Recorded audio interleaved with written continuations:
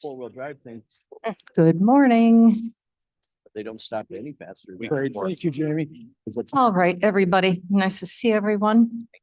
Done. 4 weeks. No, thank you. Good morning. I'd like You need a Everybody. big gap. Yeah. Who's evaluating? going upstairs and it's, this works. I'd like to call the executive committee meeting on Wednesday, December 3rd, 2025 to order. Clerk, could you call the roll? Allen, Present. Bates, It's here. Gums. Caius, Guy is present. Leonard, Leonard here. Lewis, Linder, You're here. Molina, Molina present. Sanchez, Strathman, Strathman here. Surges, Tepe, Teppy here. Williams, Roth, Roth here. I'm here as well. Cliff Surges is trying to get online. Oh, puppy. Okay, he'll come. Hey, Daisy. All right, he'll be on board in just a few minutes. Okay, here we go. So remote attendance request is for Ms. Molina at this point and Mr. Surges eventually. Who's making a motion? Just want you. Thanks, man. Who's that? I'm sorry, I don't understand, but Michelle Gums is, Michelle Gums was at a doctor's appointment and couldn't text or do the attendance line. So I put it in for her this morning. So she will be here after okay. her So soon as she appointment and she's gets- asking for remote attendance until she gets here. Thank you very much. Thank you very much. So as soon as she comes, we'll of course allow her in. But right now we have, Ms. Molina is online. So do we have your permission to allow Ms. Molina in? So. No problem. Make it so. I will make it to blessings. Hey, kids. Little miracles here. So I was looking, I couldn't figure out, some of us all come about the same time in groups. So I've decided that today I'd like to honor Mr. Tepe, with the, Pledge of Allegiance and, some kind of blessing to us all. Pledge allegiance to the flag of the United States of America, and to the republic for which it stands, one nation, under God, indivisible, with liberty and justice for all. Well, thank you, Madam Chair, for giving me a tremendous amount of time to prepare for this. But I think at this time, I'd like to point out the generosity of people at this, not only at this time of the year, but around the year is phenomenal. Julie Mann came to us with a project to help people collect coats and things of that nature. Fortunately, she came yesterday to pick some of them up because my office was getting much smaller. And, we filled up the back of her truck. So I think the key thing is that, this is a time when we need to really do a job of taking care of people, particularly those who are at the bottom end and who continue to lose the kinds of things that make their life effective. And as long as we can do that, and as long as we can do things like, help with Julie Mann's project, we're just all going to be better ahead. So thank you. Very nice. Thank you so much. And totally agree. So I believe that it's going to be done on the 5th. So if you haven't had the opportunity to contribute a coat, a school scarf, related winter clothes that are in good condition and clean or new, please do so. They're being well dispersed and very much needed. All righty. May I have a motion now and a second to approve the minutes of November 5th? Madam Chair, this is Caius. I would ask for unanimous consent for the approval of the minutes from November 5th, 2025. Thank you. Do we have unanimous consent from everybody? Yes. Yes, okay. Thank you very much.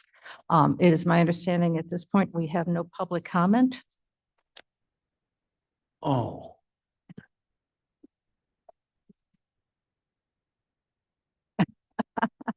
Careful what you wish for. Mr. Roth, do be prepared for next week. I know. All right, I'd like to bring up Kathleen Hopkinson for the monthly financials. Hello, Morning. I'm going to give, good morning. Going to give the same presentation that I gave at Finance Committee. I should have slides for this. To go over the performance indicators of the general fund, general account. And I just checked yesterday too, the balances, nothing's really changed that much since the Finance Committee last week. But our general fund, general account revenues are coming in, there we go. Next page. Are coming in about 2% higher than expected at this time, or I've got a 2025 forecast. Our expenses are coming in about 4% less. So take that together. The forecast right now is that we should probably end up using close to $20 million of reserves to pay for expenses in fiscal 2025. We budgeted to use 27 million in reserves. So couple highlights why our revenues coming in a little bit higher in the charges for services category. The fees that are collected by the recorder and the county clerk offices are both up notably this past year. On the expense side, the salaries and wages and the associated employee benefits are coming in a little less than what was budgeted for, and particularly in some of the larger offices like sheriff, court services, county clerk, circuit clerk, et cetera. Next slide. This is tax revenue across all funds in the county, not just the general fund. Couple things to point out. The sales taxes, both the state sales tax and the RTA sales tax are up compared to prior year, and they're up compared to the 2025 budget. The local use tax is down from prior year and down from budget because of the change in the state law. Personal property replacement tax is down compared to prior year, pretty close to budget. So those are the highlights there. Next slide. This is just a graph showing over time a couple of key taxes. The state sales tax. Yes, it does. All of the state sales tax revenue goes into the county's general fund. The RTA sales tax is allocated to 4 different funds. But as you can see, they're kind of tracking together, going up together over time. The income tax revenue, the local use tax revenue, steady, although the income tax revenue is up a little bit every year, not in a percentage growth rate similar to how the sales tax revenue is growing. Next slide. And this is just an update on where we are with the general fund. The general fund has 6 sub-accounts. The main 2 sub-accounts are the general fund general account and the general fund special reserve account. The special reserve account was created about 12 years ago by the county board just to take some of the money in the general fund general account and put it in a separate account. So the rest of the remaining 4 sub-accounts are very tiny. They are restricted in nature for grant programs and such. So if you really look at the 2 green colors, that's our general fund in terms of when we're talking about reserves. So the forecast is that we will end the year $20 million down from the prior year, from 2024.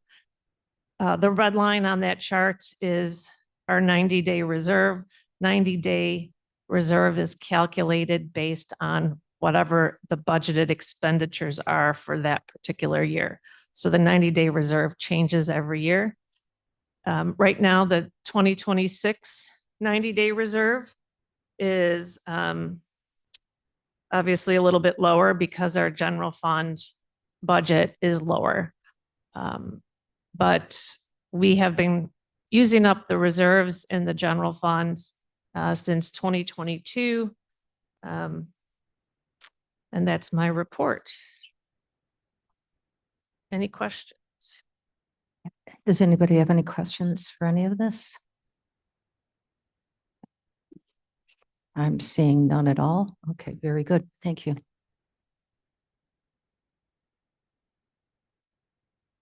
And welcome, Mr. Sanchez, and welcome, Ms. Lewis. Good to see you both. Madam Chair Surges, And Mr. Surges. Mr. Surges, are you still in Florida? I'm actually in Illinois between clients right now. But it's cold here. It is December and weather we should have, unfortunately, I feel sorry. but it's normal weather, so it's good. All right. So, Julie, please. Good morning. I'm going to start with Kane County Connects. Nearly close to 100 Kane County Connects newsletters have gone out so far year to date. I think if anyone Googles Kane County, you notice that most of the stories that come up are of positive nature and from Kane County Connects. So I think there's a good outreach going on out there with stories to be told about what good work the county board is doing, what our departments and offices are doing there. Newsletter highlights this month include the artwork donation, celebrating the adoptions at Kane County Animal Control, the roundtable on food access and SNAP benefits at the Northern Illinois Food Bank, Veterans Day events and services around Kane County. I want to thank Jake Zimmerman for helping me compile that list. The appointment of our Kane County local historian, the balancing of the budget, county board establishing limits on civil immigration enforcement, and the historical marker and Liberty Tree approved to honor Revolutionary War patriots. As for community engagement and outreach, Kane County successfully coordinated and participated in that roundtable discussion at the Northern Illinois Food Bank to highlight SNAP benefits and address ongoing food insecurities. The Public Information Office also, as Mr. Tepe mentioned, thank you so much, Maddie's Mittens March for a highly successful cold weather clothing drive. I cannot tell you how many donations we have gotten. They are just blown away and it's not over yet. It's really tremendous, including from Elgin Township, big donations coming from them. But I also want to thank the clerk's office and the health department and the regional office of education for hosting boxes there as well. So we'll get a total on that. I think everyone's going to be very pleased and I'm just, my heart just beats strong for that. That's really amazing. Name the Plow contest. We launched that and I cannot tell you how many fantastic names we're getting for KDOT's plows. This was an outreach to kind of showcase the wonderful work that they've been doing. And it's wonderful that it coincided with a big snowstorm that they were involved in clearing. So yeah, wait till you see there's what? Yes, just to coincide with this lovely contest, I did have one woman who did a whole Taylor Swift thing. So I'm sure Mike Way is going to want a Taylor Swift thing on his truck, but we'll see how it goes. I'd like to see that. So emergency preparedness, I've been working with the Office of Emergency Management. They're going to be rolling out their new public alert system. So we're getting language together, materials together to promote that, not only externally to our public, but also internally for our own employees. And that kind of aligns again. They have their 50th anniversary coming up next month. And we're going to be, there's a proclamation that'll be coming up on that. Upcoming events, well, we have a blood drive on January 6th. The tollway will be here on December 10th. And we have a Kane County Communicators meeting here at the Government Center in January. We're going to feature a speaker with crisis communications expertise. Actually, DuPage's group has now expressed interest in attending our group. So Kane County is really kind of taking a leadership role and helping to support communicators throughout the community, which only benefits us if we get ourselves into a situation where we need help. So that's fantastic. Again, training at no cost as well. And the historic planning for the 250th anniversary of the US. I'm hoping to have a website to show you next month that will feature a lot of what Kane County will be doing. It will also be a place where other communities can showcase what they're doing. I attended a meeting in Elgin yesterday to talk about how they're doing with their efforts. And of course, we've been working to put the commemorative plaque and the Liberty Tree over at the 3rd Street Courthouse. So a lot going on. Also, the new Elgin building, some exciting details to share there, but I'll let Cheryl Strathman elaborate on that when she wants to, but I'm helping with that too. So I'll take any questions if anyone has any. Anybody have any questions? No? I Madam have a Chair, comment. Circus. Oh, Mr. Sturgis, yes, sir. Julie, just a reminder, Dickens and Dundee is up at the North End this weekend. Friday night, Saturday, big Festival of Lights parade. I know that Mr. Pios and Mr. Sanchez may have already mentioned this, but big to-dos up at the north side. So You said that's Dickens and Dundee, right? Yep. Yeah, that was in the newsletter. Yep, that's been in the Super duper. newsletter. Yep. Thank So you. great. Yeah, Okay. absolutely. Is Charles Dickens going to be there? Yes. spirit. In spirit. In spirit. A couple of days ago, I was speaking to one of our local business people, and they wanted to commend the board and therefore Julie Mann on the success of Kane County Connects. They find it to be so useful to know what's going on in Kane County. And it's always nice to have those comments. I wanted to share that with you. It taken it from a sensational, here's the latest crime in Kane County, to a real newsworthy opportunity to see what's going on here in Kane. And for those of us who've seen that transition, we can surely appreciate that. So well done. All right. Is there any old business? And I believe there is some new business that you may want to speak about, or you want to wait till you give your committee report? I can do it either place. Well, why don't you share the good news now if you'd like? Okay, absolutely. On December 17th, we have some exciting news. On December 17th, we are going to be doing the Public Health Committee meeting from the new building, which is in Elgin. And then we will be doing a soft opening for the Health Department and a ribbon cutting for Jack Cunningham's part of the new building up there. So we're very excited. We're hoping that you all can join us. On the Health Department side, we're going to show you the stuff that has been done is not the pretty stuff. It's the real great infrastructure. And we will have some renderings of the ideas that are coming for the Health Department. And then you can see the rest of the building and see the ribbon cutting for Jack Cunningham's office. And we'll celebrate. It's a big, big deal for the north end of the county. And we're very excited. I used the words the other day, a crown jewel for the county, and I think it kind of is. So It's I would say it's a chain of crown jewels, and this There is you the go. northern end. one more jewel in the necklace. So yeah, Correct. but we're very excited about it. We hope you all can join us up. What time? Yes. We're going to do it a little bit later to allow the south end a little travel time. So we're going to start the public health meeting at 9:30. And then there will be some tours of that part, and Jack's ribbon cutting will be at 11. At 11. Okay, very good. So we'll be coming with all the, we'll be coming forth with all the invitation news, and Julie's helping us putting it all together, and it's going to be fun and exciting. Oh, it's going to be a wonderful addition to Kane County. Absolutely. And I do appreciate, if we reflect back, the advocacy to have something up north, and how fortunate we were to find something that was agreeable to us all within an appropriate price tag that we could afford. At least the health department could afford, because the health department, as I remind you, is paying for this out of their resources. So it's not coming directly out of our general fund. So it was a diamond in the rough that we were able to acquire, and it's going to serve the county for a very long time. So Yes. thank you. Yes, it's going to be beautiful. It's beautiful already for what's done, but it is even going to be more beautifuler. So Beautiful. And it's right adjacent to, I believe, Forest Preserve. yes, right.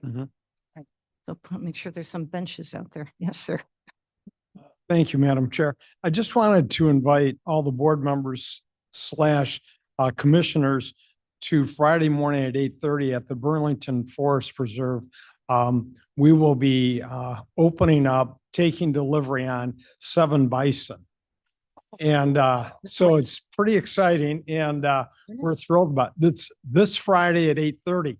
Now, tomorrow's going to be cold, the high is 17, but we're getting kind of balmy on Friday. It'll be a high of 27. So I don't think the weather will be a deterrent, but I'd like to invite everyone out to that if they'd like to show up. I don't think the bison. To arrive about 8 to 8:30. And so we're opening the exhibit up at 8:30. What are they going to do? Are they just going to, they're going to, Pardon? what are the bison going to do? Are they just going to? They just graze on the land. We've got an area designed for them and fenced in and with water. And so they're going to be living on the forest preserve land. Restorative practice. Pardon me? No petting of the bison though. Restorative practice. Yeah, that's exactly right. And is there a shelter for them? Do they need a shelter? They really don't need a shelter. It's a nice thought, but I'm not really sure if they'll have any kind of lean-to or anything, but they really don't need shelter at all. Bison are about twice the size of buffalo, and they have a much heavier mane. Really? Oh, yes. And they're pretty hardy animals. So we're getting 7 initially. We hope to add a few more and hopefully have some young calves born there too. How lovely. How lovely. We're gonna have. We need a bison. We're going to name the calf? There will be one boy bison. Will there be a bull? Lots of bull. All right, well, that will be amazing. All right, I have one more question because I'm intrigued by the bison. How long has it been since Kane County has had a herd of bison? We've never really had a herd of bison. There are bison in the area. In Illinois, I'm not really sure. I can't answer that question. But No, but I I'm- guess Fermi but I'm does. talking about. yeah, I can't answer that. I don't know. Nechusa has buffalo bison. I'm sorry? Nechusa, Oh, south yes, there, yes. they have bison. Okay, all right. But yeah, that area, Yeah, couple 100 years. yeah, I think so. All right. Anyhow, we're excited about it and you're all welcome to come.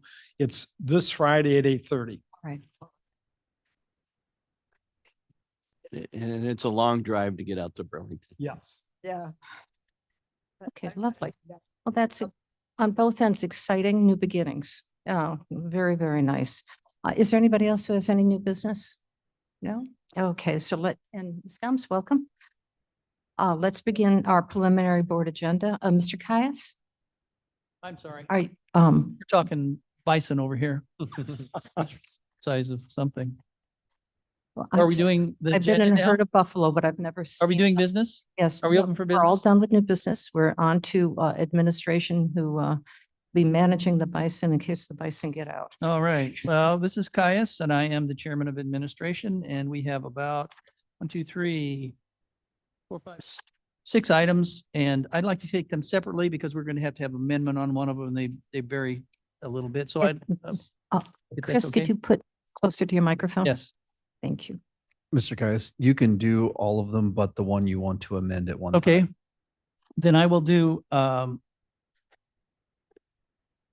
A, C, D, E, F first. And then we'll do the one we have to amend. Sanchez was second. I moved that. Then I'll just read them. A is a resolution authorizing a contract extension for the King County HVAC maintenance and repair services with One Source Mechanical Incorporated, Hartwig Mechanical Incorporated, Air Comfort LLC, RJ O'Neill Incorporated, and Effie Moran Incorporated Mechanical Services for the Building Management Department.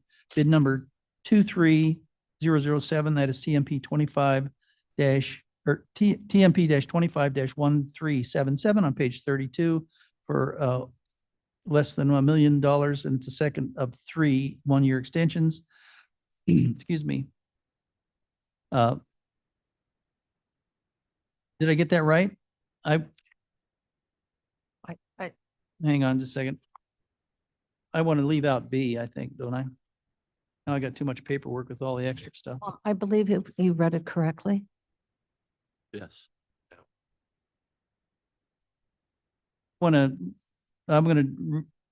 So we're doing A, C, D, E, and F. B is A, C, D, E, and F. Yes, A, correct. C, D, and F. So C is a resolution authorizing the use of the state of Illinois contract to purchase hardware and services through Presidio's JPMC VoIP and Cisco Equipment and Services Contract for the Information Technologies Department Contract Number CMT 4021089. That's TMP 251390, page 39, for less than 200, for up to 950,000 per year. D is a resolution authorizing the use of the State of Illinois contract to purchase software and services through Presidio's JPMC VoIP and Cisco Equipment and Services Contract for the Information Technologies Department, contract number CMT 4021089. That's TMP 25-1392 on page 95, I believe, of the agenda. And it's for up to $1.2 million per year. Item E is a resolution authorizing a master license agreement with Vertigus or Verti GIS, software for our GIS. It's TMP 25-1386 on page 151. And that is $0 from the general services. It's self-supported. And item F is a resolution approving the purchase of 5 2026 tandem axle truck cab and chassis for the Kane County Division of Transportation, which is TMP 25-1229 on page 166 for $846,159.60. So I move those 5 resolutions, and we have a second from Sanchez. Very good. If there's no questions on these, clerk call the roll. Allen, Aye. Bates, Bates, yes. Gums, Gums, yes. Juby, Juby, I. Caius, Guys, yes. Leonard, Leonard, yes. Lewis, Lewis, yes. Linder, Linder, yes. Molina, Molina, yes. Sanchez, Sanchez, yes. Strathman, Strathman, yes. Surges, Sturgis, yes. Tepe, Tepe, yes. Williams, Williams, yes. Roth. Yes. Okay, very good. Okay, it passes. Great. Thank you. And then I would move item B, resolution authorizing natural gas utility brokering and purchase agreement. And I'd ask for a second. Roth will second. Ross seconds. That's TMP 25-1393, page 36, for $300,000 a year. And then I would then move to amend that. And I believe you all received a copy of the amendment as per the state's attorney's request that we in the first, therefore be it resolved, at the end of that paragraph, we add, and that the Kane County Board Chairman is authorized to execute any necessary documents to allow for these services subject to the review and advisement of the Kane County State's Attorney's Office. Strathman will second. Righty. With So this is for the amendment. so do we have a motion and a second for the amendment? I would move and Strathman seconds. Seconds, discussion? And clerk call the roll on the amendment, please. Allen, Aye. Bates, Bates, yes. Gums, Gums, yes. Juby, Juby, I. Caius, Guys, yes. Leonard, Leonard, yes. Lewis, Yes. Linder, Linder, yes. Molina, Molina, yes. Sanchez, Sanchez, yes. Strathman, Strathman, yes. Surges, Sturgis, yes. Tepe, Tepe, yes. Williams. Roth. Okay, the amendment Roth, passes. yes. Oh, Mr. Roth, sorry. The amendment passes. So if there's no further discussion, take the roll call. Allen, Allen, aye. Bates, Bates, yes. Gums, Gums, yes. Juby, Juby, I. Caius, Guys, yes. Leonard, Leonard, yes. Lewis, Yes. Linder, Yes. Molina, Molina, yes. Sanchez, Sanchez, yes. Strathman, Strathman, yes. Surges, Sturgis, yes. Tepe, Tepe, yes. Williams, Yes. Roth. Roth, yes. I believe that's the total of my administration. Thank you, So, Mr. Caius. Thank you. Thank you. Mr. Leonard, Finance. Thank you, Madam Chair. I have 14 items to move forward. I'm going to go through each of these as quickly as possible without too much detail, but I do have references to pages if you need that. Our first resolution is approving personal expense voucher reimbursement requests. There are 11 of those and they total $4,077. The next resolution is approving our October 2025 claims paid in the amount of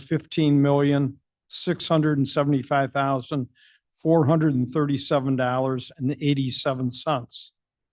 Our next resolution is authorizing Magellan Healthcare Incorporated as Kane County's employee assistance plan provider for 2026. This is a 12-month contract. The next resolution is authorizing an intergovernmental agreement with Jefferson County for juvenile detention services. This is a 3-year contract and the rate per day is $225 per day.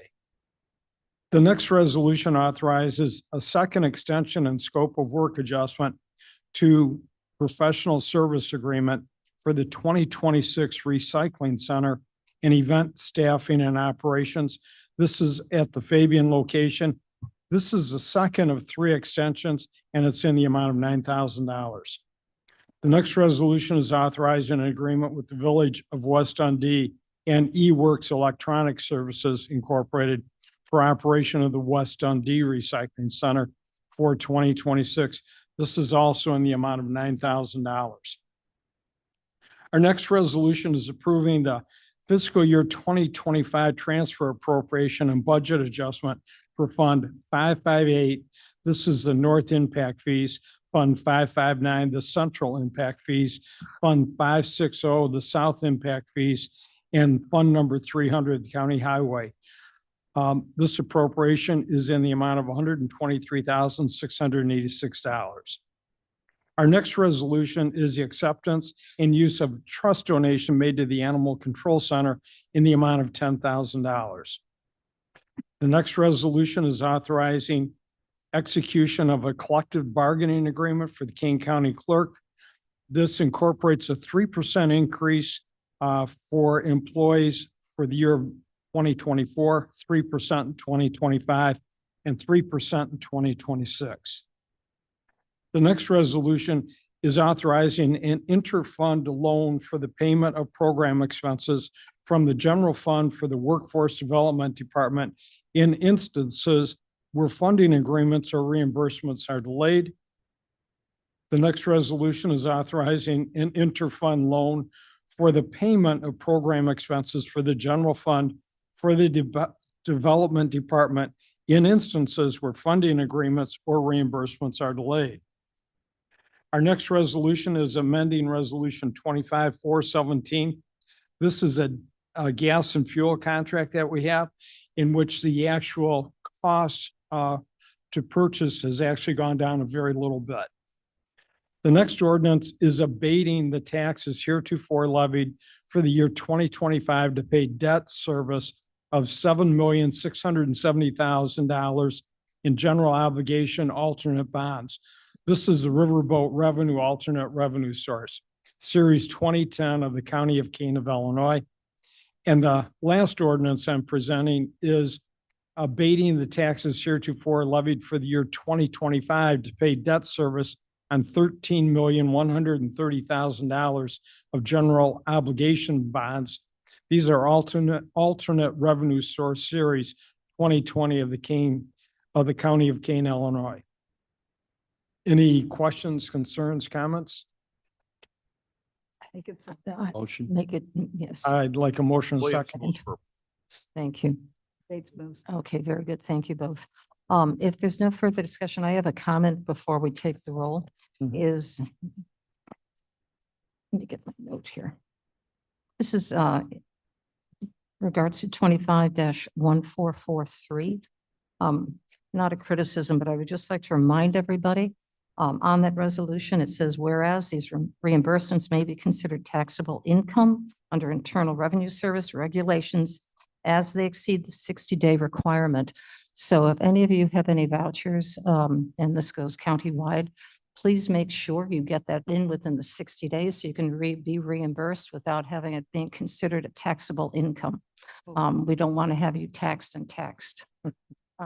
So please, please just get the receipts in and be in compliance. With no further comment, clerk call the roll, please. Allen, Aye. Bates, Bates, yes. Gums, Gums, yes. Juby, Juby, I. Caius, Guys, yes. Leonard, Leonard, yes. Lewis, Linder, Yes. Molina, Molina, yes. Sanchez, Sanchez, yes. Strathman, Strathman, yes. Sturgis, Sturgis, yes. Pepe, Pepe, yes. Williams, Yes. Rock. Yes. Passes. All righty, Mr. Sturgis.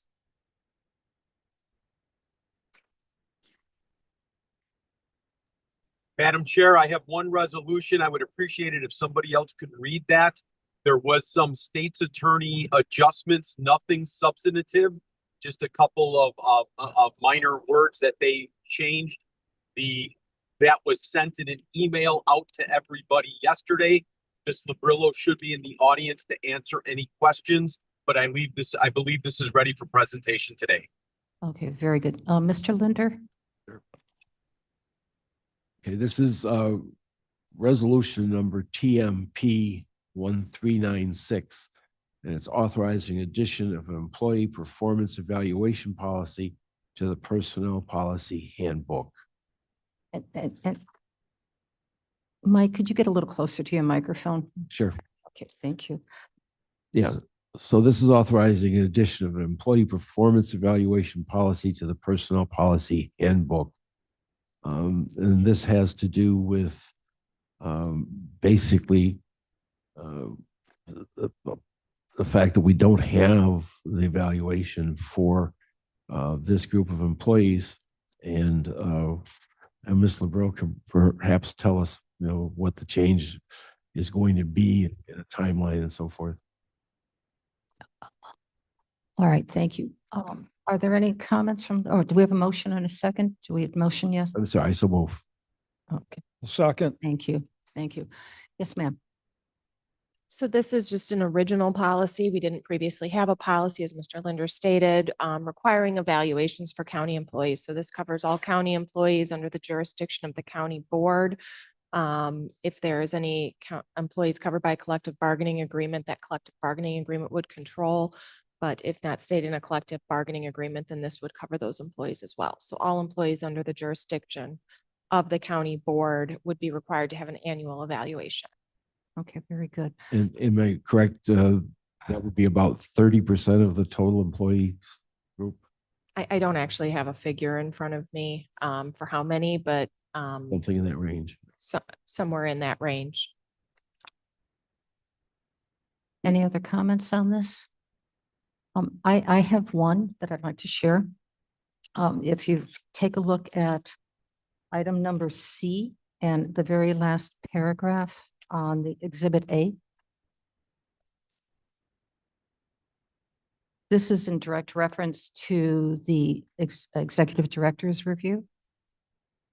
And what I would like to suggest, then right now it says the committee performing the evaluation, that's for the executive director's annual review, shall designate one member of the committee, that's the standing committee, to meet with and deliver the performance evaluation to the appropriate department head. Absolutely no issue with that, but I would like to suggest that instead of having a single person from that committee, it should be two, because it is a committee representative. I think it would be very good to have two people there from the committee, which does not breach the Open Meetings Act at all. And it just allows a little bit protecting board and a little bit more better disclosure about what was being spoken. So that's my only suggestion to this. Madam Chair, Sturgis would support Yes, that. Mr. Sturgis. I would support that friendly amendment. Oh, wonderful. Thank you. Yes, ma'am. Madam Chair Gumch, just a quick question on that. Is it necessary to change the language or, is that could be a practice? I don't think it's necessary to change the language. We could always have two people there. Well, it says shall designate, so shall designate. No, I understand, but there's nothing stopping us from having two people there. Well, it says one, so I would leave that up to the state's attorney as far as. There's nothing in here that would prevent a second person from joining. And I'll be honest with you, the magic number is not 3. So if you are doing something, even if there's 2 of you and you become an advisory committee acting on behalf of the larger committee, you're still a committee. So 1 is fine. You can add a second person. They just shouldn't come back to the larger committee and make advice or anything like that. Well, what they are giving the comments to the employee. Sure. And what I'm saying is if there's anything that needs to come back to the committee, if you add a second person, they become essentially an advisory body to the committee. Thus, it's a public meeting. So that's what I'm trying to say to you is the reason we have it at 1 is because it protects against that. If you add a second, you can become an advisory body. This happened when the whole issue with the advisory body of the finance committee, even though there was only two of them, because they were advising to the finance committee, that's still a body. So that's the issue. By only having one, you don't run any kind of risk of that. You can always add a second person. There's nothing in here preventing that. They just can't come back and advise the larger body if there's an issue. But that's the whole purpose, right? Thus why we only have one person on here. I'll remove my support. Thank you. You know, you gotta love law, but really? This is not the question why. I see, Mr. Sanchez. Thank you, Madam Chair. Jamie, was this discussed? Oh, sorry. I thought you were still standing up there. It just makes sense to me, at least, to have the chairman be the person, the chairman of the committee be the person who delivers the review. Was that discussed at all in forming this? I would It was agree with that. discussed by the committee that sometimes there's a personal relationship, but I mean, that they work so closely together, the chair of the committee and the department head, that sometimes just to avoid any awkward conversations that the committee could certainly designate the chair if that's their appropriate decision, but then they'd have the opportunity to designate whomever they feel is best to deliver that. So we just wanted to include the flexibility, just to make sure that since the chair often works very closely with the department head, that if they didn't want to do it or they didn't feel comfortable doing it, that someone else could be designated. If so, it really leaves the opening to the committee to make that choice. So that's what the Human Service Committee discussed. Okay, thank you. That was one of my rationales for having a second person, exactly what you were referencing.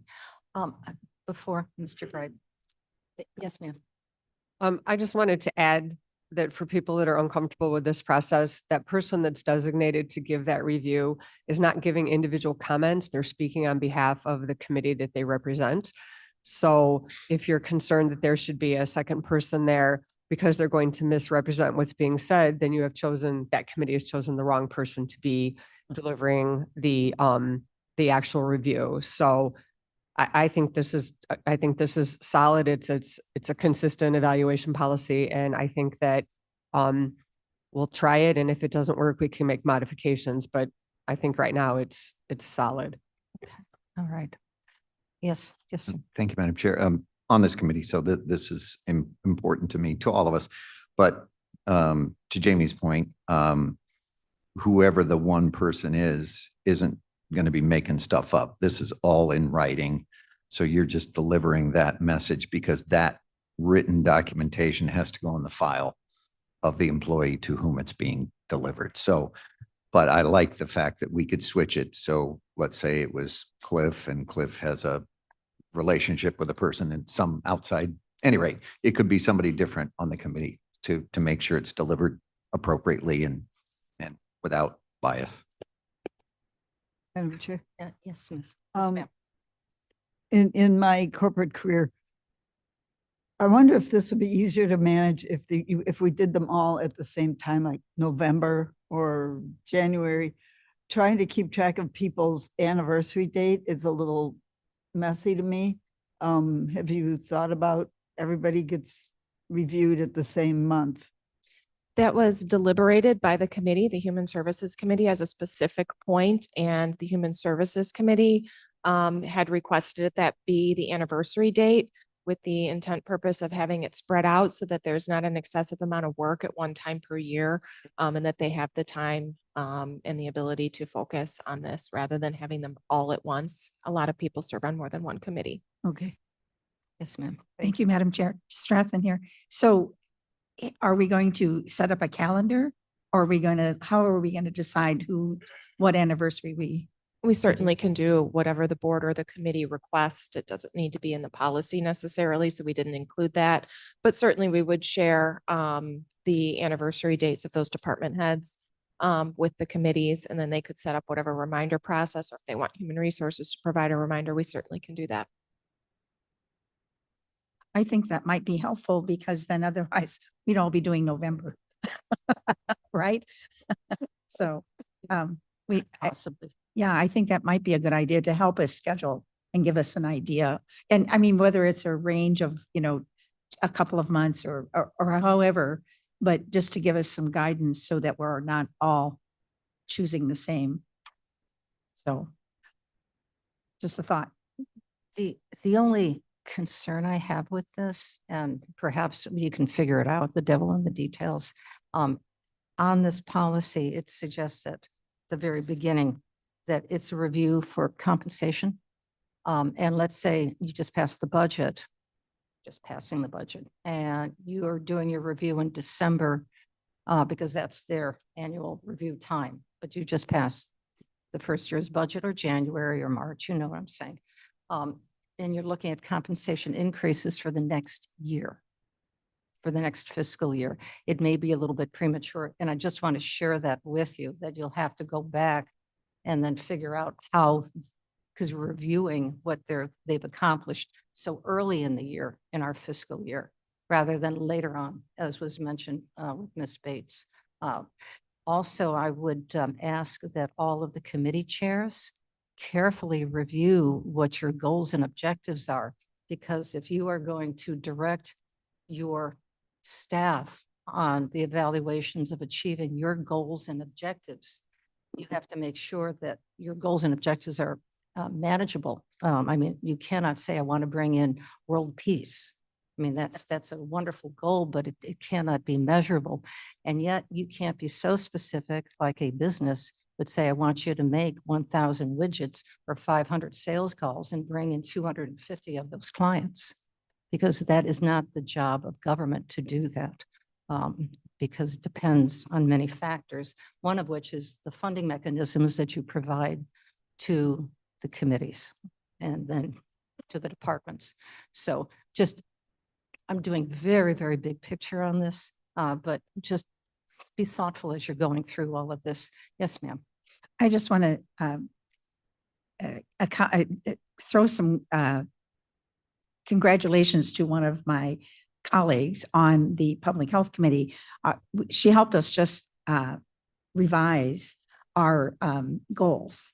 And we had very lofty goals, not quite world peace, but very lofty. And Leslie had the idea that we should make our goals the committee goals rather than the Public Health Department goals. And so we changed it, and it changed our whole thought process about what our goals for the committee were. And it was excellent idea. And I think that'll be helpful when we go to write these, to make sure that your goals are specific to the committee and not to world peace. World peace. Yeah. Okay. Or eradicating all illness within Kane County. Exactly. And it really was a very good idea. And all of us went, oh, well, that makes sense. So thank you, Leslie, for doing that. Yes, ma'am.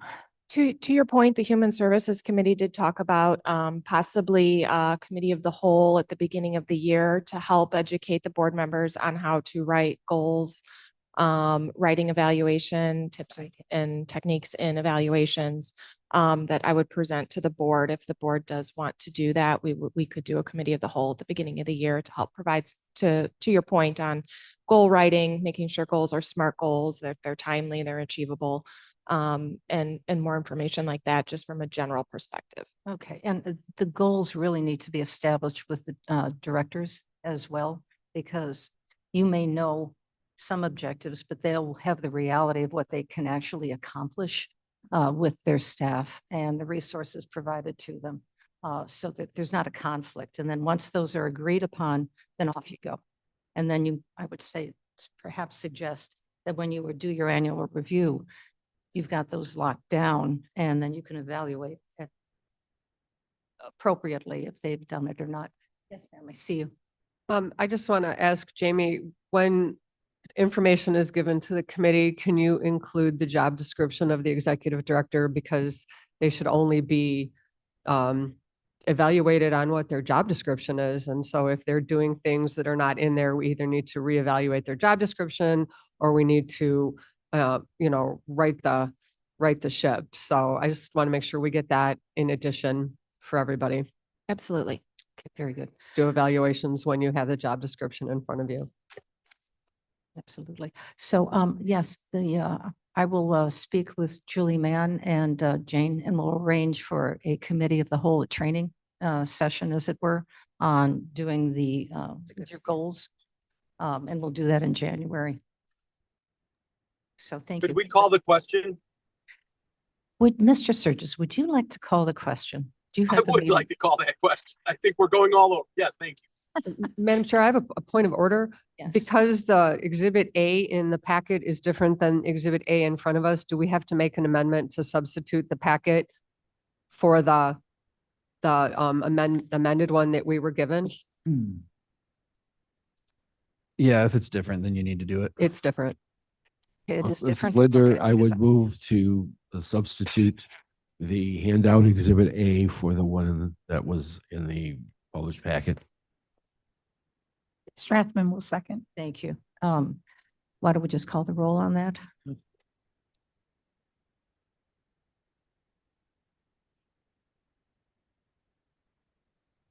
Allen, Alan, aye. Bates, Bates, yes. Combs, Yes. Juby, To be I.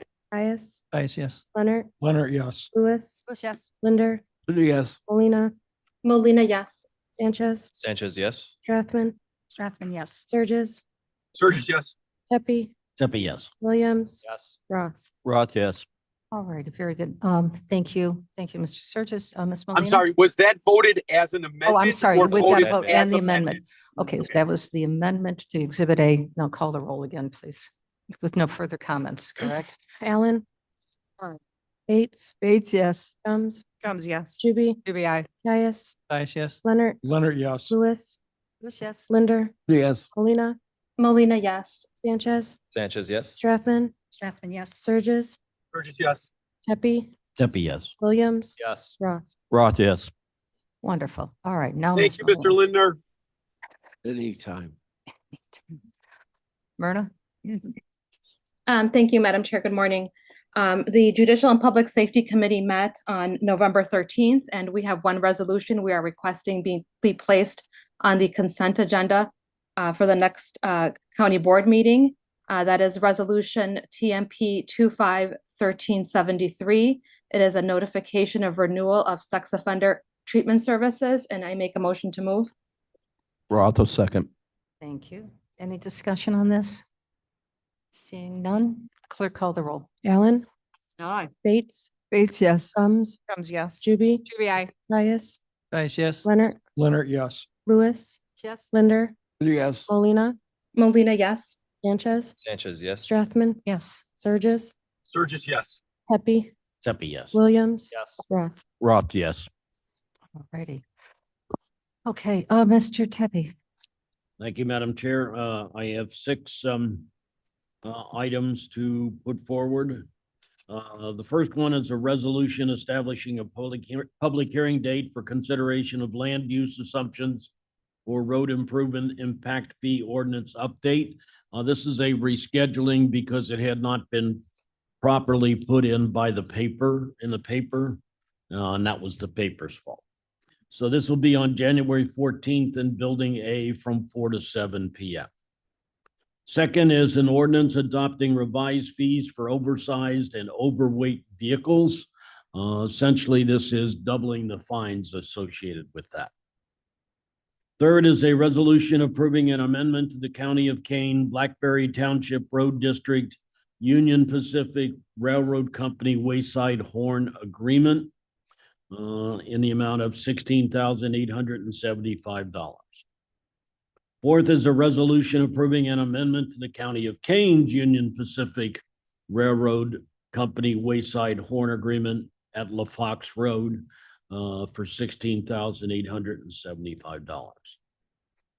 Fifth is a resolution approving an agreement for Phase 1 engineering services with GFT Infrastructure, Inc. of Schaumburg, Illinois, for the Burlington Road at Silver Glen Road intersection improvement.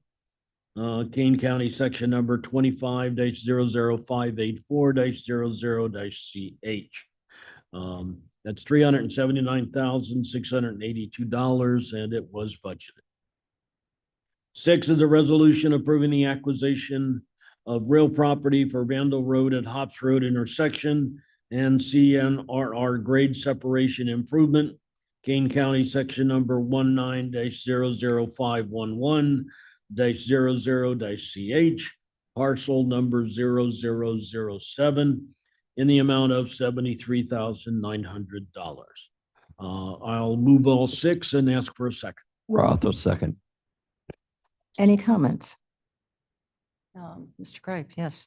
Thank you. Just two questions.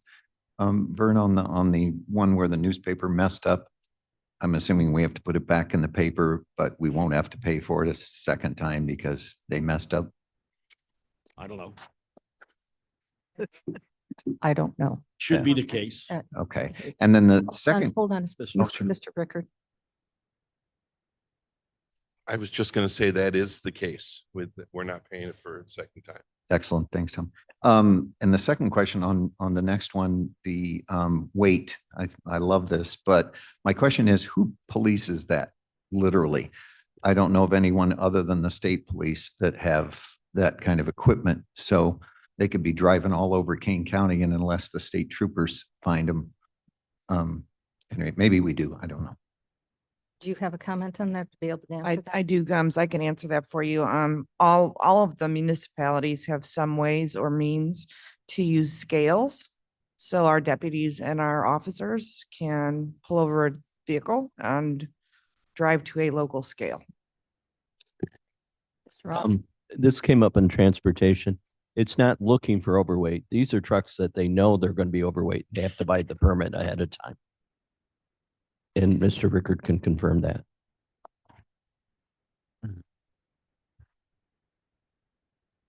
That is correct. This is the fee as part of the permitting process. So that's the cost of the fee. So it's not related to the fine aspect. That would occur if someone's caught. All right, I have one comment, and again, this is just a general suggestion. If you read the resolution on this, it says that the permit fee structure was established by the county board, the ordinance, and this is 1999, and came into effect July 1st, 1999. The fees have been in place the same since 1999, and now they was referenced that they are doubled. Just a general request that if we have fees that are this old because of the impact it may have on a business, all of a sudden their fees are doubled out of like no graduation, gradual increase so they can keep up. It can be impactful to a business. So if we can just dive down and see if you have a fee that is less than, have not been increased within the last 5 years, you may want to pull it up and take a look at it and see if it does need to be increased, just to keep up with the business ability to fairly pay for that and not be shocked by the double impact of a fee from 1990, 27 years ago. Almost, that's a bit of time. And we'd all be stunned all of a sudden to have a double of our fees, no matter how small or how large they may be. So if all of our department heads out there can take a look at that, I think our businesses would appreciate that. All right, if there's no other questions, clerk, call the roll. Allen, Aye. Bates, Bates, yes. Gums, yes. Juby, Aye. Caius, Yes. Leonard, Leonard, yes. Lewis, Yes. Linder, Yes. Molina, Molina, yes. Sanchez, Sanchez, yes. Strathman, Strathman, yes. Surges, Burgess, yes. Pepe, Tempe, yes. Williams, Yes. Roth. Roth, yes. Very good. All right, that ends our consent agenda. And I believe, Mr. Roth, Yes. you could please bring that one forward. Okay. It's on page 580. Resolution number TMP -25 -1181. Reimbursement, a total of $128.60. And it was, let me get to the next page. To reimburse the chairperson for a CMAP meeting back in March, I believe. If I will make the motion if I can get a second. September. September, okay. Sorry. Second. Thank you. Thank you. Any discussion on this? Hearing none, clerk, call the roll. Allen, Aye. Bates, Yes. Gums, yes. Juby. Aye. Caius, Yes. Leonard, Leonard, yes. Lewis, Yes. Linder, Yes. Molina, Molina, yes. Sanchez, Sanchez, yes. Strathman, Strathman, yes. Surges, Surgis, yes. Pepe, Except a yes. Williams. Yes. Roth. Yes. Mr. Williams. Thank you, Madam Chair. This next item on your agenda is something that did not come through Development Committee due to the timing of that. I asked Mr. Van Kerkhoff to come up and explain the situation, but it's something that's good for the county.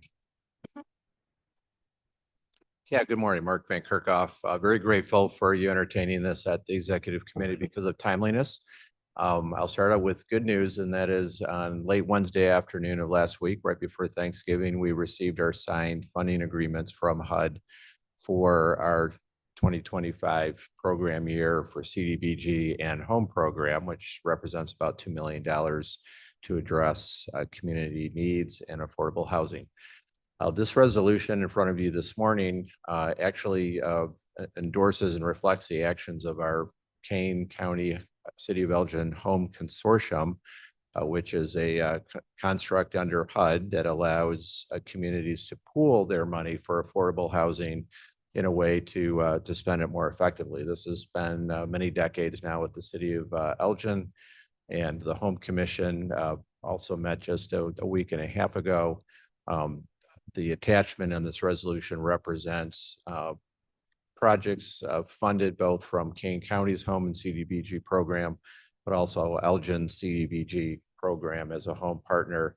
And then in addition, thrown in there for quite a number of years now, the county has administrated the City of St. Charles Housing Trust Fund. So together, all those fundings are pooled together in what we call our Affordable Housing Fund. We had a call for projects. Those projects were reviewed, and the staff reports actually are also included in the packet for each of these projects, and then reviewed by our Kane Elgin Home Commission, and these are their recommendations. I want to recognize Chris Dahl, who is our Assistant Director for Development, but also he's primarily heading up the home and CDBG programs and did the bulk of the work preparing this morning. So he'd be able to answer specific questions on projects. Williams moves for approval. Sanchez seconds. Thank you. Does anybody have any comments on this from the committee? Yes, Mr. Greg. Thank you, Madam Chair. Sorry, hold on. I Oh, did not. please. It's Mr. Sanchez is, His head's in the way again. I know. It's okay. Slump Thanks, down, Chair. will you? It is. I wish I had beautiful hair. I noticed that 2 of the 5 projects were awarded to for-profit companies. Do we have any say about who that goes to? Do we have a preference over nonprofit, for-profit? Did we choose them because they were the only ones that qualified? Like, how do we determine going from a nonprofit to a for-profit? Sure. So we've had a mix of that for quite some time. Splain and Sons has done many projects throughout our program area very successfully. The municipalities have loved the projects that they've done in the City of Elgin and the City of Batavia, really turned around some homes in the City of Geneva. And they are for profit. We are involved with them to a degree on the actual site selection when they go to purchase a home. But it's been a good route to turn over distressed properties and not only have them contribute back to the tax base, but make it attainable for someone in the affordable housing needs with that. So and the home program does allow for a mix of for profit and not for profit. a very good question. I was going to ask a question about that as well. Yes, sir. Thank you, Madam Chair. Just curious, in the therefore, it says that I appreciate the flexibility. It can be designated or accomplished by either the Director of Development Community Services or by County Board Chair. Who decides who's going to do that process? Oh, well, that part of the resolution and practice was inherited from the former Office of Community Reinvestment. That is something, as we move into these new agreements, we'll be working very closely with the state's attorney's office on which types of documents are appropriate to be signed by Madam Chairman or by myself. Mm-hmm. Yes, yes, I was looking at that as well, but that is reflected from the previous staff for this division. I have one question. it says in attachment A, home buyer, Spillane and Sons, and then it's $1.7 million. Is that a variety of homes that they're going to be purchasing within the St. Charles area? Or is it, St. Charles Housing Trust is contributing that to as well, or is it throughout Kane County? Well, for 2025, in this case, there are two houses that will be in Elgin and two in St. Charles, because we are using St. Charles Housing Trust funds. So there are four altogether. That fluctuates from year to year. You might be in St. Charles one year, you might be in Batavia, you might be in Elgin. It really depends on the situation and the funding sources. And these are individual homes or two-family homes? Single-family homes. Single-family homes, okay. Very nice. So 4 altogether then. Yes, four. They had asked for 6, but we are funding 4. Okay, very good. Well done, well done. Once those houses and these projects are developed, can you please share what they look like via photographs with this committee so that we're all aware of the good work that's happening? Sure, we'd love to do that. That's Thank you. good. It's nice to promote good work. All right, so it looks like Elgin and St. Charles, well done. Now you're going to have some affordable houses going in. Very nice. All right, with there any other questions? Clerk, call the roll, please. Allen. Aye. Bates. Gums. Gums, yes. Juby.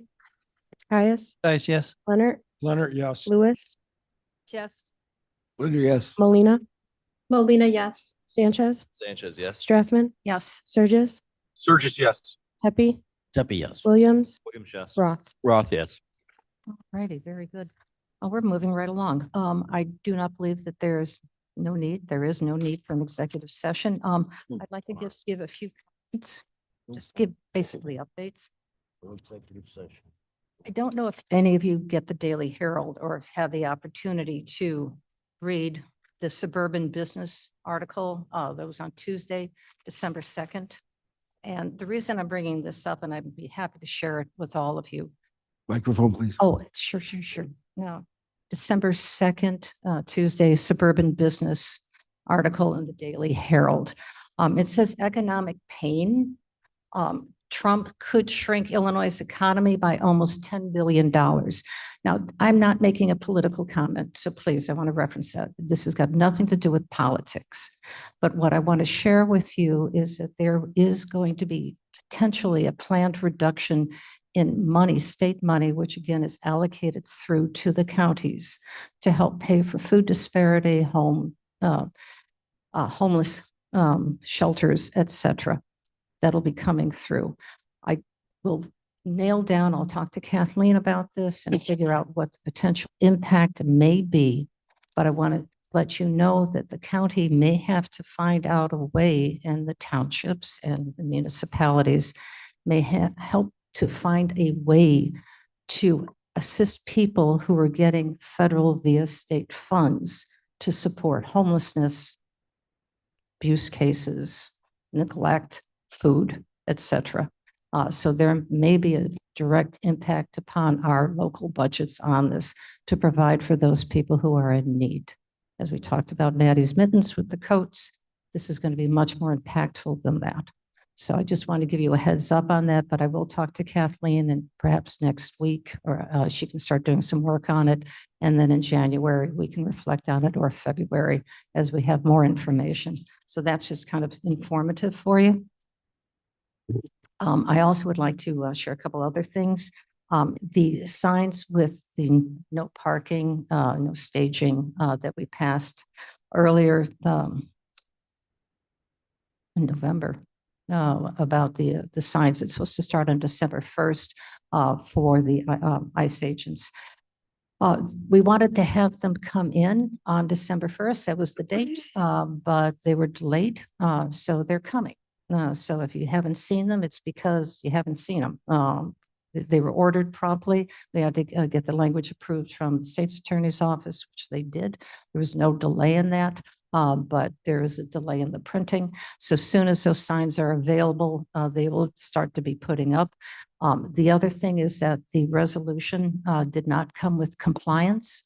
So we are drafting and figuring out how we're going to have compliance for the reporting. So that'll be still very much a process to be worked upon. So soon as we get that and have at least an idea of what we need to do, because if you see it, you're supposed to report. Staff is going to be reporting it to their supervisor. The supervisor will then be sending it to the county board office. What do we do with it at that point, and how do we advocate to get the compliance and what the requirements are for compliance? I also have received phone calls from individuals who are part of the first response team. These are volunteers who go to the courthouses, et cetera, and watch for making sure that the ICE agents are handling themselves with appropriateness. They have some filmed instances where they feel that's what ICE agents did not act in the most gentle, professional manner, perhaps a little aggressive. And I can't make any values on that because I haven't seen any of that, but how they would like to submit as well. So we have to figure out how we can do public submissions and what those requirements are. So it's just not say, oh, I saw somebody. So they actually have some documentation, and all of that can then be sent up to or downstate to the governor's office. The next is, and I'll have a lot of reading time because I am going to be traveling starting tomorrow. So I'm going to dig into HB 1312. HB 1312 is a more comprehensive bill that the governor, I just found out yesterday, will be signing within the next few days. This deals once again with ICE agents and reporting. We are going to be assigned with this bill and perhaps the legislative committee can review this as well and bring back their understanding of this. That'd be very helpful, Ms. Gomes, to have counties work collaboratively with school districts, not-for-profits, churches, and private company parking lots. So if ICE agents are there and they arrest people, just have a documentation of that if they are able to be documented. And what do we do with this? And how do we all work collaboratively so we all have the same type of response? So together. So it's a little complicated, but this is what Springfield put together. So we have to review this and see how we can work together. So I'll probably, once we get a better understanding of this, since there's 24 of you and 24 of you know much better of what churches, shopping centers, not-for-profits, et cetera, have parking lots or may be impacted by this, you can bring that list to us. So then we can start having meetings with them and develop a policy so we can all work together. And this would, of course, affect all of our local police officers as well. So is there a question on that? Just would you repeat the bill, HB? It's HB 1312. 1312. 1312. The next is as the request of our treasurer, Chris Lawson. Mr. Leonard and I have drafted a letter that will be going out to all of our elected officials. It's waiting for Mr. Leonard's signature, which he will do, I hope, after this meeting. Oh, he did it already. Wonderful. We'll be sending it out to them today, commending them for their assistance and helping us keep the budget line and working with us collaboratively. So that will be going out to everybody, all of our elected officials. So again, well done for the Finance Committee to be able to make that happen. It took a great deal of work and effort to maintain that reduction in our budget. Two more things. The Liberty Tree. The Liberty Tree, we had a meeting yesterday. Mr. Bright was there with me. It was alluded to very briefly by Julie Mann. The Chief Judge Villa was there with his staff, and they're in agreement of a place that we are going to plant this little sapling as well as with a garden. We're working with the Veterans Association as well, and they're going to be helping us out. So any resources that are donated, potentially private resources, can go to their foundation, which then can be distributed to help pay for any cost that this is going to happen. It's going to be a very lovely facility. The Daughters of the American Revolution are absolutely thrilled about all of this. We talked about signage. So we'll keep you posted of what happens. It'll be something that I think Mr. Gripe will agree with, is we're all going to be significantly proud of this. And hopefully this little tree will grow into a mighty tree so that Mr. Roth can go there for lunch. Right. Question, have we actually picked the actual site? Yes, yes, Okay. yes. Because rumor was it was going to be outside John's window so he could climb down to get away. Unfortunately not. Sorry, John. We've learned a lot about the 50-foot spread and the 40-foot this, and yeah, it's trees. Talk about buffaloes or Trees are beautiful trees. it's going to be a mighty tree. And then lastly, Saturday, we were all impacted by a surprisingly large snowstorm that came our way. And I would like to thank weather for being more normal. More normal Chicago winter is upon us. I've been waiting for this for a very long time. So I may complain, as we all would, as we're all supposed to curse the winter and wait for the spring. But congratulations, snow. But with that came the cancellation of many events, including the electric parade in St. Charles, something that many people look forward to having. And I know that there was a great disappointment to all of the participants, because it's something that everybody loves. And Santa Claus is going to have to find a different way to come into St. Charles. But I wanted to send out a public thank you to our emergency management workers who helped with all of that, and certainly with the fire that happened in Carpentersville. This was, again, Thanksgiving weekend, where many of you were still with family and enjoying yourselves, as well should. Our deputies who managed the road traffic to make sure that everyone was in compliance, and again, keeping our roads safe. And a special shout out, of course, to transportation, who was out there immediately plowing the snows. And I was out on Randall Road. Some of you were late Saturday afternoon, and the snow was really coming down. And although traffic was moving very slowly, it was moving very safely. So shout out to transportation for all of their efforts, to the deputies, the Sheriff's Department, and Office of Emergency Management for doing all of the same. So Madam please, Chair Surges. if you happen to, let me finish, Mr. Surges, if you happen to see them, give them a good boy or good gal. Yes, Mr. Surges. I just wanted to comment on the Carpentersville situation. Thank you. The entire community came together. The fire was horrific. My understanding is there was no injuries or loss of life. Kane County stepped up. Mayor Skillman from Carpentersville and his entire team stepped up.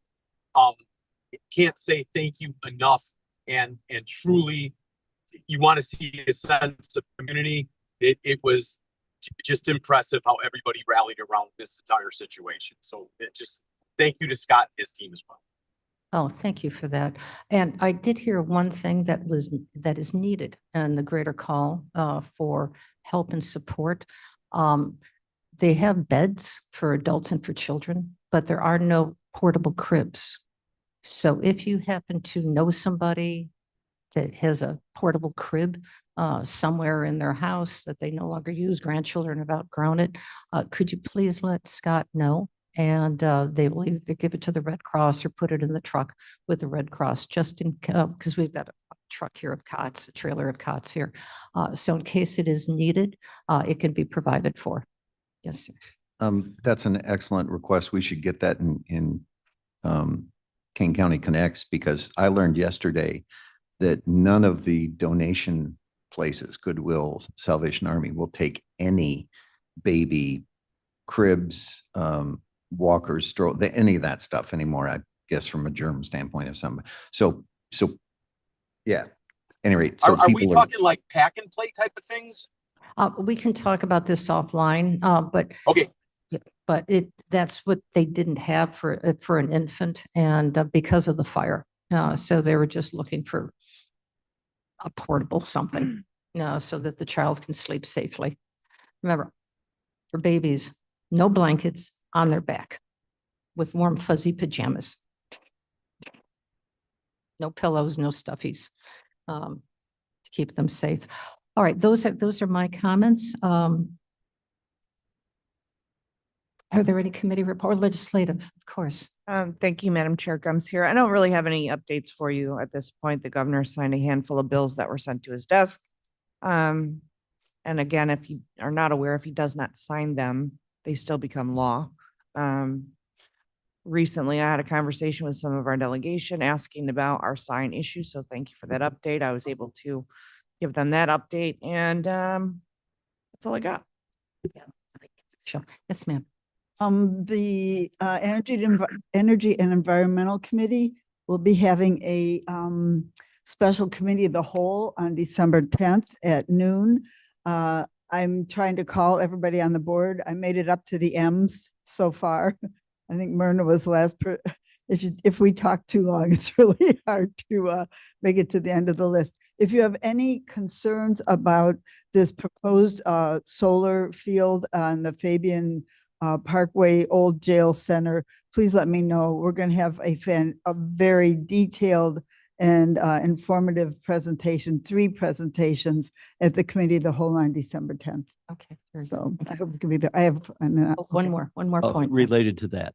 Oh, It's yes, Mr. currently Ross. not on the calendar on the website. We haven't gotten the agenda. Okay, I'm just Oh. checking on that. We had a pre-meeting meeting yesterday, so with Okay. Arnie and the broker will be here to talk about the value of the land and the various uses that it could be used for.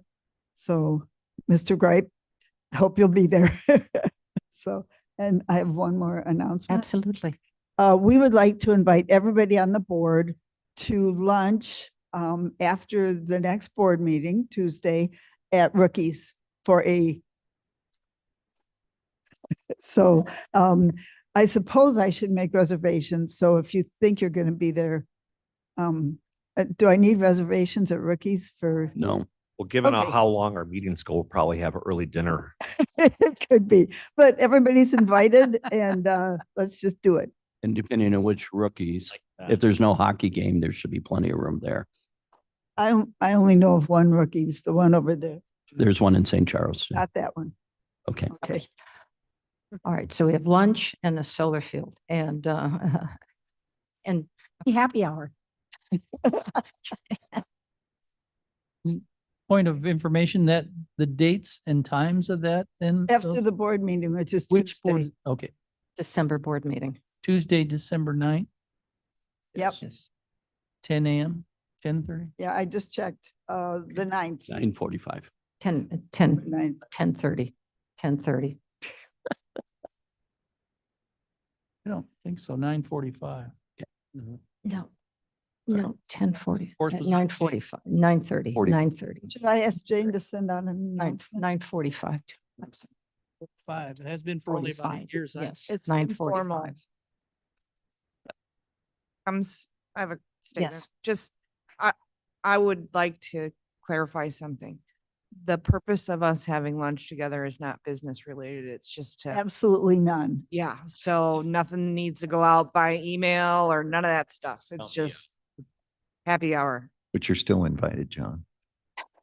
John, you can come. You're honorary. No, he's not. It's buying. It's honorary. It sounds like it's going to be a rowdy crowd.